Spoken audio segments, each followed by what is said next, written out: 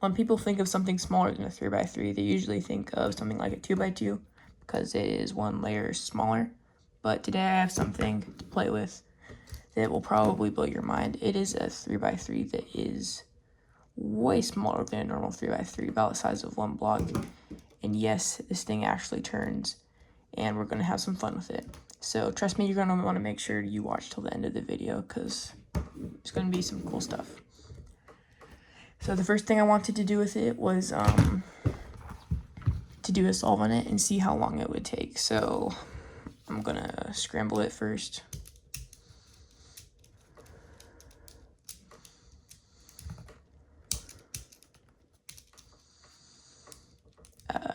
That's not super scrambled, but that should be good. Turn on the timer, reset it so that it's green, and let's try to solve this thing. Okay.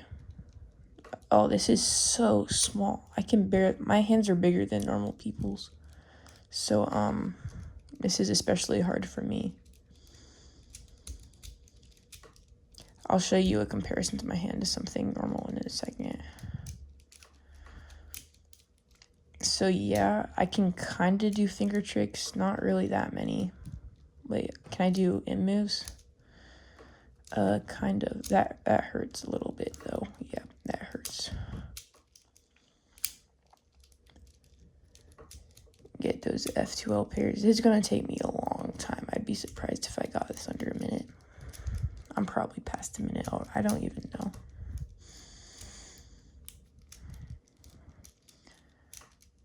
This video better go viral. Because this is kind of painful.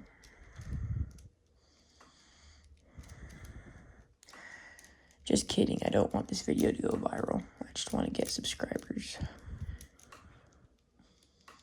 for my new channel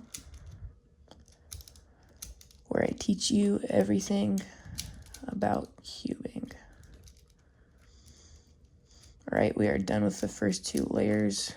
We got the yellow cross. And let's see if I can remember this. No, I can. Oh, maybe.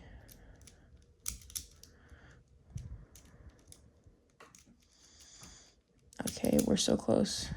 Okay, now we have in moves.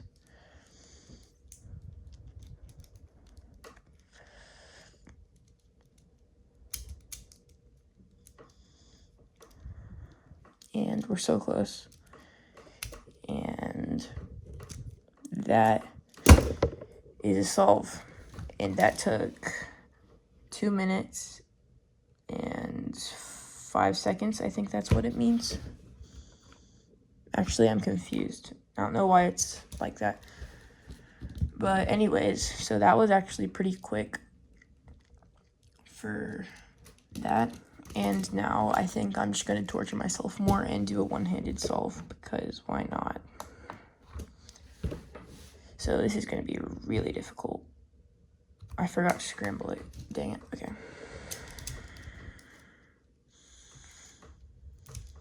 I don't know why I torture myself. All right, here we go. One-handed. That's probably scrambled enough for you. Yeah. And let's go. We're going right hand.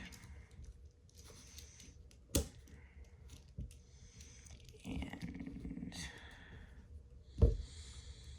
this is madness right here.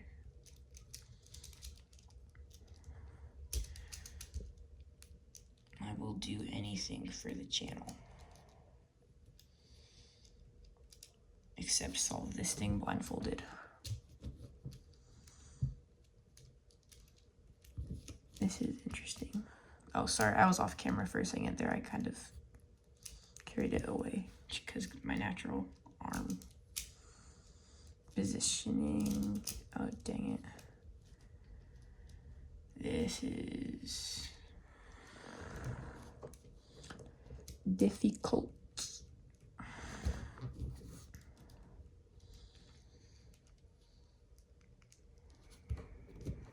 Maybe I'll get sponsored after this video. That would be crazy.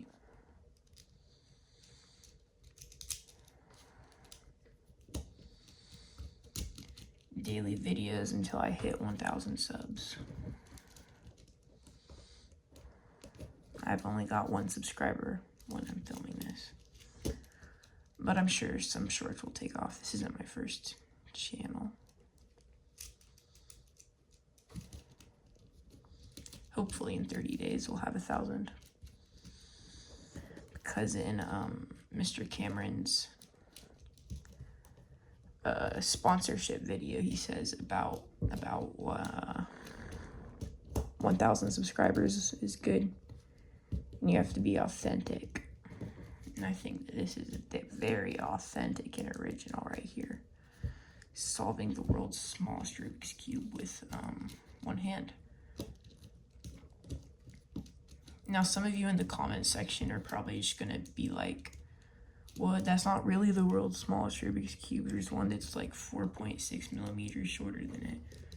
But, yeah, the box said it was the world's smallest, and it was the world's smallest product. And actually an official Rubik's product.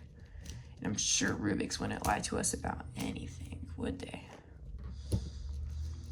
So, if you have a viable argument, please do tell me in the comments.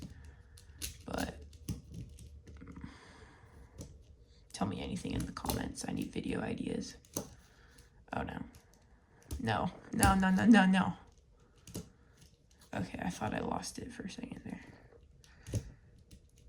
Okay, here we go. I should probably stop trying to do these fancy algorithms. Just go back to beginner's method, but you know what? I'm going back to beginner's method. Scrap that. But I did get the cross though, so that's good. And now this is gonna be the painful part.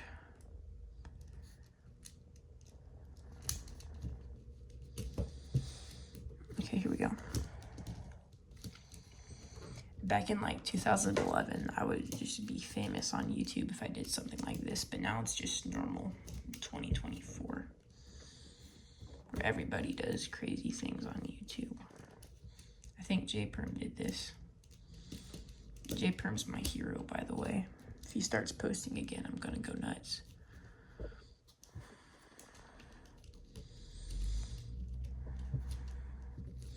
So if you ever tell me I'm like a J Perm copycat or something, you're wrong. But he's definitely by far the best cubing YouTuber of all time. Especially because he did it without barely any making shorts. I mean, he made like 8 shorts, but like Soup Timmy with his 5 million subs. And like just like all shorts. He doesn't even post long form really anymore. I like Soup Timmy. He's a good creator. Enjoy his content. But I wish he made more long form. His long form is entertaining.